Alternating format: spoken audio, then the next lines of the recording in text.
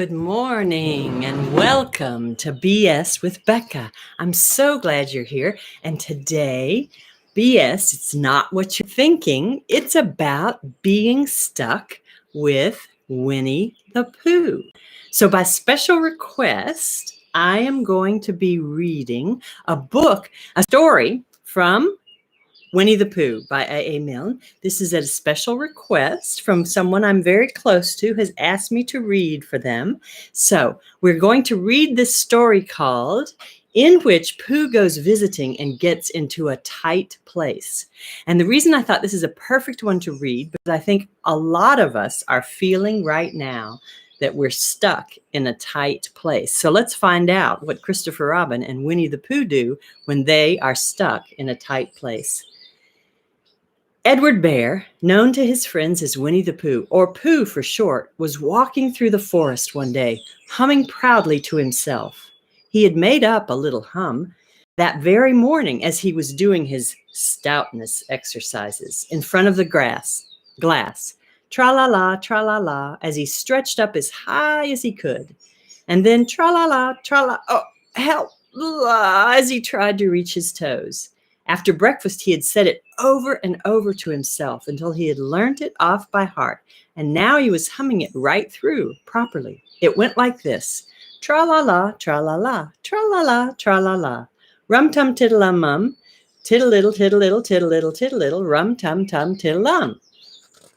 Well, he was humming this hum to himself and walking along gaily, wondering what everybody else was doing and what it felt like being somebody else, when suddenly he came to a sandy bank, and in the bank was a large hole. Aha, said Pooh, rum-tum-tiddle-um-tum. If I know anything about anything, that hole means rabbit, and rabbit means company, he said, and company means food and listening to me humming and such like, rum-tum-tiddle. So he bent down and put his head into the hole, and he called out, "Is anybody home?" There was a sudden scuffling noise from inside the hole, and then silence. "What I said was, is anybody at home?" called out Pooh very loudly. "No," said a voice, and then added, "You needn't shout so loud. I heard you quite well the first time." "Bother," said Pooh. "Isn't there anybody here at all?" "Nobody." Winnie the Pooh took his head out of the hole and thought for a little, and he thought to himself, there must be somebody there because somebody must have said nobody. So he put his head back in the hole and he said, "Hello, Rabbit, is that you?"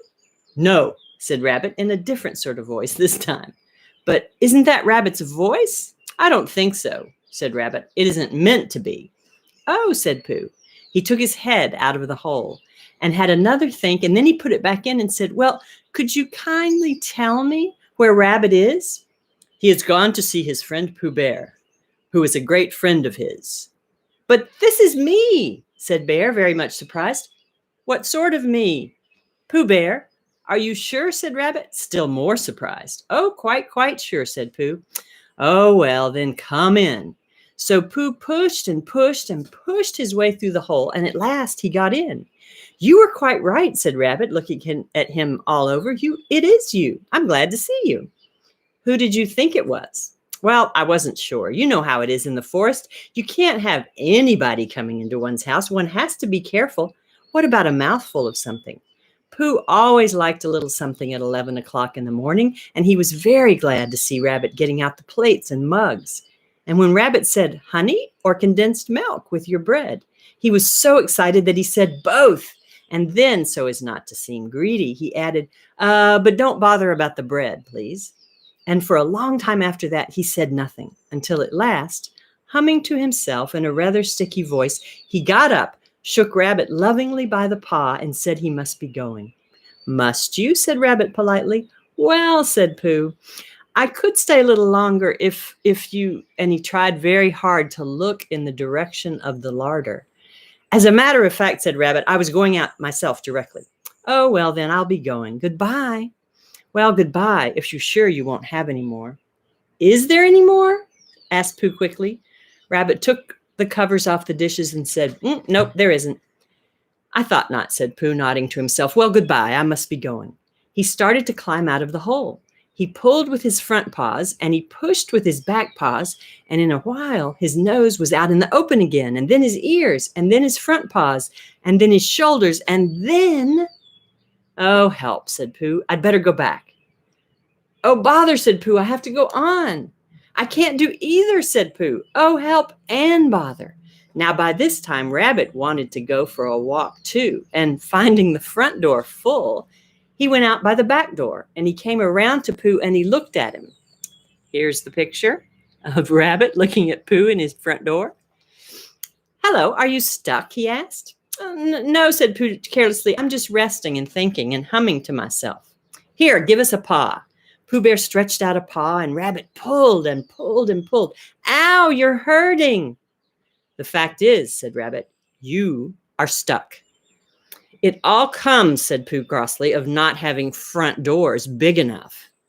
It all comes, said Rabbit sternly, of eating too much. I thought at the time, said Rabbit, only I didn't like to say anything, said Rabbit, that one of us was eating too much, said Rabbit, and I knew it wasn't me.